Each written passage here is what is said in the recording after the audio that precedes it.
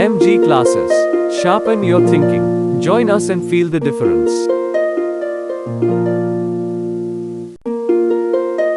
नमस्कार प्यारे बच्चों, मेरा नाम कपिल बजाज है और आज मैं आपके सामने क्लास 10th की रिवीजन क्लासेस का एक छोटा सा वीडियो सामने लेके आया हूँ। बच्चों, ये जो वीडियो बनाने का मेन उद्देश्य है वो ये है कि आपको कम शब्दों में ज़्यादा से ज़्यादा चीज़ों को समझाना, ताकि जब आप अपने फाइनल एग्जामिनेशन की तैयारी करें या उससे पहले स्कूल में आपके जो भी पेपर्स हो रहे हैं तो वहाँ पर ये वीडियो आपके लिए काफ़ी यूजफुल रहे इन बेसिक कॉन्सेप्ट को समझने के लिए। तो अब मैं ज़्यादा समय ना लेते हुए सीधा वीडियो के ऊपर आता हूँ। तो चैप्टर का जो नाम हम लिख रहे हैं, चैप्टर का नाम है real numbers, chapter number 1, class 10th mathematics book.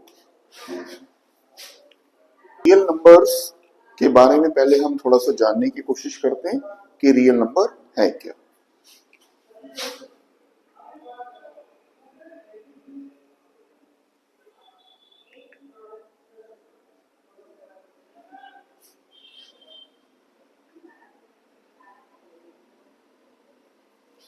ये दो तरह के नंबर हैं, जिसमें से एक नंबर लिखा मैंने रैशनल नंबर और दूसरा नंबर मैंने लिखा इरेशनल नंबर। रैशनल नंबर और इरेशनल नंबर का जो एक ग्रुप अगर हम बनाए तो उस ग्रुप का जो नाम होगा वो नाम होगा real number.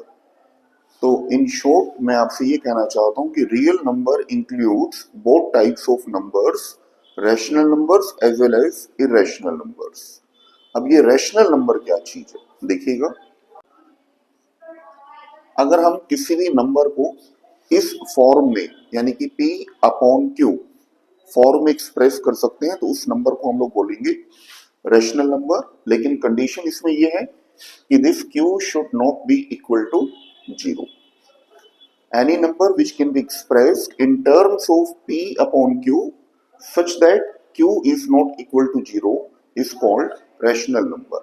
For example,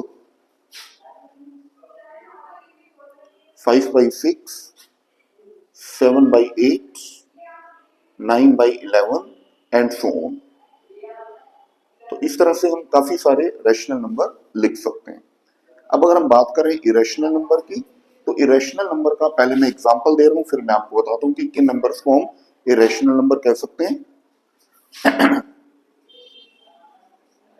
√2, √3, √5 and so on.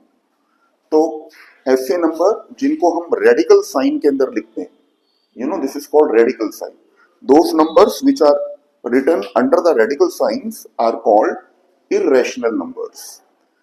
This is the general definition. लेकिन अगर हम इनके डेसिमल रिप्रेजेंटेशन की बात करें, decimal representation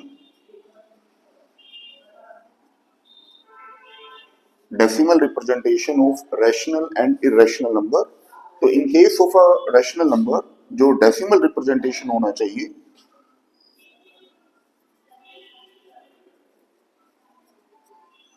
it may be terminating or non-terminating, and if it is non-terminating then it must be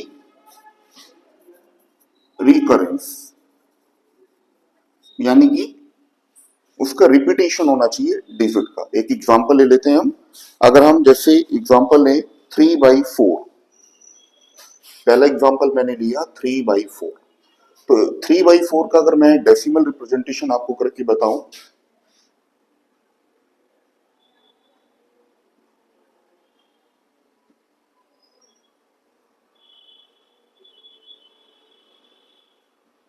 तो हम यहाँ पर देखते हैं कि इसका डेसिमल रिप्रेजेंटेशन जो है वो यहाँ पे टर्मिनेटिंग डेसिमल रिप्रेजेंटेशन है, यानी कि 3 is fully divided by 4.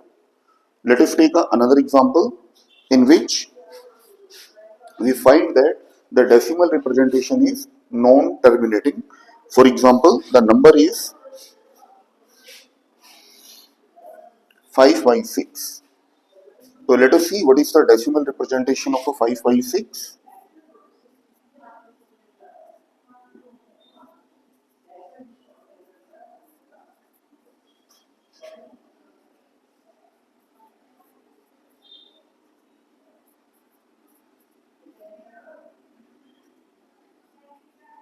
तो इस तरह से इसका रिप्रेजेंटेशन जो है वो लगातार चलता जाएगा और कहीं पे भी हमें कोई एंड पॉइंट नहीं मिलेगा।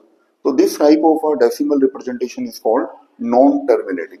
But what we are finding that this digit, that is 3, this digit is repeating. So that means अगर decimal representation terminating है तो it's okay. In case if it is not terminating, that means it is a non-terminating, तो it should be repeating, यानी कि digit should be repeated in the decimal representation. So these types of number are said to be rational numbers. Let's move on to the irrational number. Irrational number के case में अगर हम decimal representation की बात करें तो in case of a irrational number they have always a non terminating decimal representation. इनका जो डेसिमल रिप्रेजेंटेशन होता है वो हमेशा नॉन टर्मिनेटिंग होता है, लेकिन रिपीटिंग नहीं होता, वो उसमें रिपीटिशन नहीं होता है। जैसे एग्जांपल अगर हम ले, जैसे मैंने ये रूट 2 लिखा, अगर इसका डेसिमल रिप्रेजेंटेशन अगर हम करके देखें तो इस रूट 2 की जो वैल्यू आती है वो 1.414, आगे ये कंटिन्यूसली ये इसका एक्सपेंशन चलता रहता है और डिजिट्स में कहीं पे भी कोई भी हमें रिपीटिशन नहीं दिखाई देता। तो this type of representation is called non terminating and non repeating. तो ये ऐसे नंबर हो जाएंगे इरेशनल नंबर्स।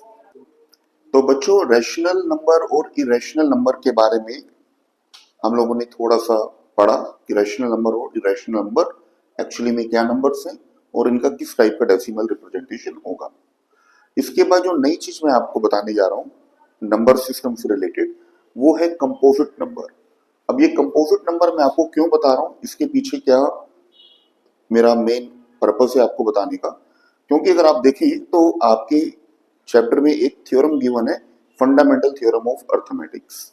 तो वो जो फंडामेंटल थ्योरम ऑफ अर्थमेटिक्स है वो एक्चुअली कंपोजिट नंबर से ही रिलेटेड थ्योरम है। तो मुझे ये लगा कि पहले हम एक बार कंपोजिट नंबर का थोड़ा सा डेफिनेशन, अगर हमें थोड़ी क्लैरिटी है तो उस थ्योरम को समझने में हमें ज्यादा दिक्कत नहीं होनी चाहिए। तो कंपोजिट नंबर की डेफिनेशन मेरे को उम्मीद है कि ज्यादातर बच्चों को मालूम ही है, लेकिन फिर भी एज अ रिवीजन क्लास तो मुझे ये लगा कि आपको इन ब्रीफ आपको ये बताना चाहिए। तो कंपोजिट नंबर की अगर मैं बात करूं, जैसे पहले मैं एग्जांपल लेके बात करता हूं, जैसे 4, 6, 8, 12 एंड सो ऑन, इन सभी नंबर्स को हम कंपोजिट नंबर बोलते हैं, क्योंकि 4 को हम एक्सप्रेस कर सकते हैं as a product of 2 into 2, 6 को हम एक्सप्रेस कर सकते हैं as a product of 2 into 3, also 2 3 times and so on. तो कंपोजिट नंबर का मतलब ये हुआ कि a number which can be expressed as the product of 2 और मोर देन 2 प्राइम नंबर्स। तो जैसे मैंने आपको बताया कि मुझे क्यों लगा कि मुझे कंपोजिट नंबर आपको बतानी चाहिए, क्योंकि कंपोजिट नंबर का कनेक्शन है इस थ्योरम से जिसका नाम है फंडामेंटल थ्योरम ऑफ अर्थमेटिक। इसकी एग्जैक्ट स्टेटमेंट आप अपनी बुक में से समझ सकते हैं, देख सकते हैं एग्जैक्ट इसकी स्टेटमेंट, लेकिन मैंने इसको थोड़ा सा चेंज करके यहाँ पे लिखा है। तो फंडामेंटल थ्योरम ऑफ अर्थमेटिक हमें क्या एक्सप्लेन करने की कोशिश कर रही है, बेसिकली कंपोजिट नंबर से ये रिलेटेड थ्योरम है जिसमें ये बताया गया है कि अगर कोई भी कंपोजिट नंबर हमारे पास है तो उस कंपोजिट नंबर को हम एक्सप्रेस कर सकते हैं as a product of prime numbers. For example, if x is any composite number and p1, p2, p3 and so on are the different prime numbers, so then x can be expressed as the product of p1, p2, p3 and so on regardless the order of p1, p2, p3। मतलब कहने का ये है कि इसमें जैसे मैंने एक एग्जांपल लिया 12, 12 is a composite number, तो this composite number can be expressed as 2 into 2 into 3। मैंने ये इसका एक ऑर्डर लिखा, लेकिन it is not necessarily that कि हम इसको इसी ऑर्डर में लिखें, हम इसको इस ऑर्डर में भी लिख सकते हैं 2 into 2, ये तो दोनों सेम नंबर ही हो गए, 2 into 2। I can bring this 3 before this 2, तो 2 into 3 into 2, or I can also bring this 3 before this 2. So 3 into 2 into 2. So there will be no any change in the value of that composite number.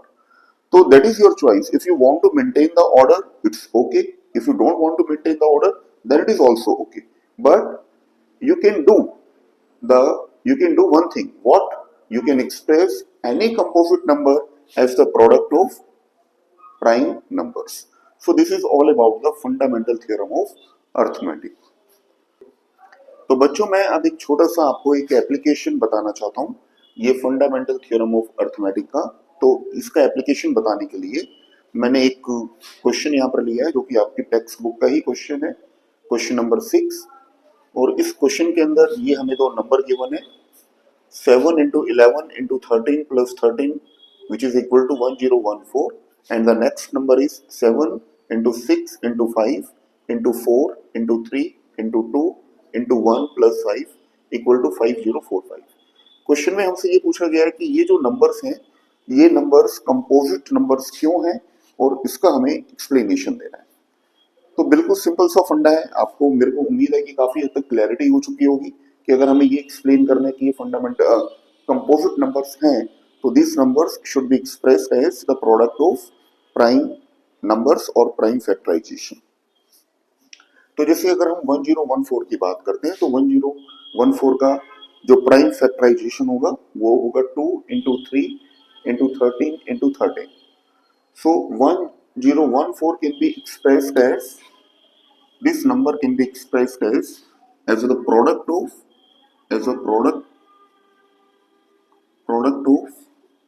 more than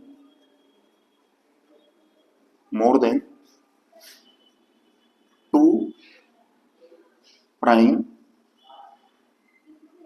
numbers। And in the next number 5045 can be expressed as the product of 5 and 1009, which means it is as the product of, can be expressed as the product of two prime numbers। तो अब क्योंकि इन दोनों number को हम express कर पा रहे हैं as the product of prime numbers, तो that means this satisfies the fundamental theorem of arithmetic. तो on the basis of the fundamental theorem of arithmetic we can say that these two numbers are composite numbers।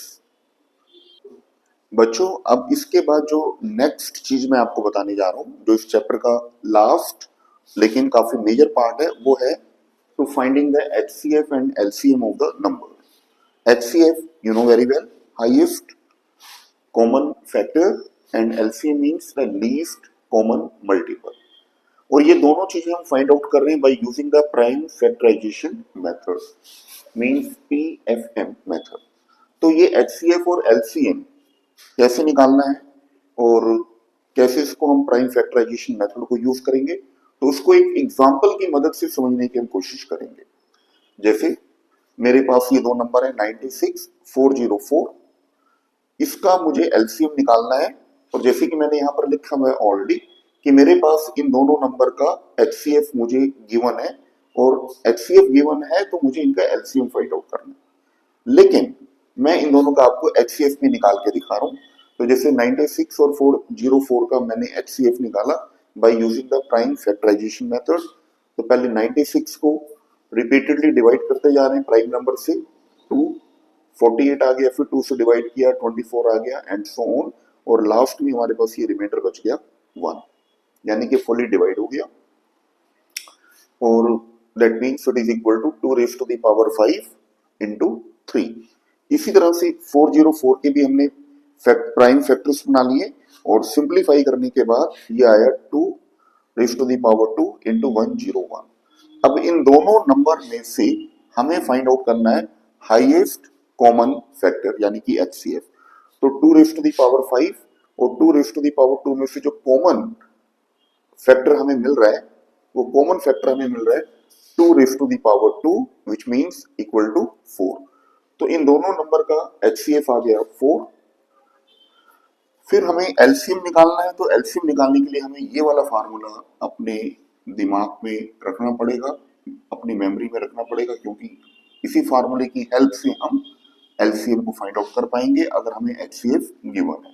तो according to this formula LCM is equal to the product of the two given numbers divided by its HCF. So 96 and 404 are the two numbers and its HCF is 4. So after simplifying it, we get 9696. So this is the answer of this problem. Important समझे, और मुझे लगा कि आपके साथ ये चीजें मुझे शेयर करनी चाहिए, डिस्कस करनी चाहिए।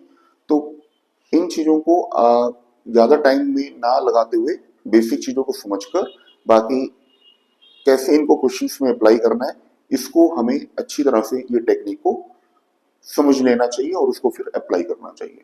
तो इसी नोट के साथ मैं ये वीडियो यहाँ पर एंड करूंगा और नेक्स्ट टाइम फिर मैं एक नई वीडियो के साथ और एक नए इंपॉर्टेंट टॉपिक के साथ आपके सामने आऊंगा। तब तक नमस्कार, धन्यवाद। MG Classes. Sharpen your thinking. Join us and feel the difference.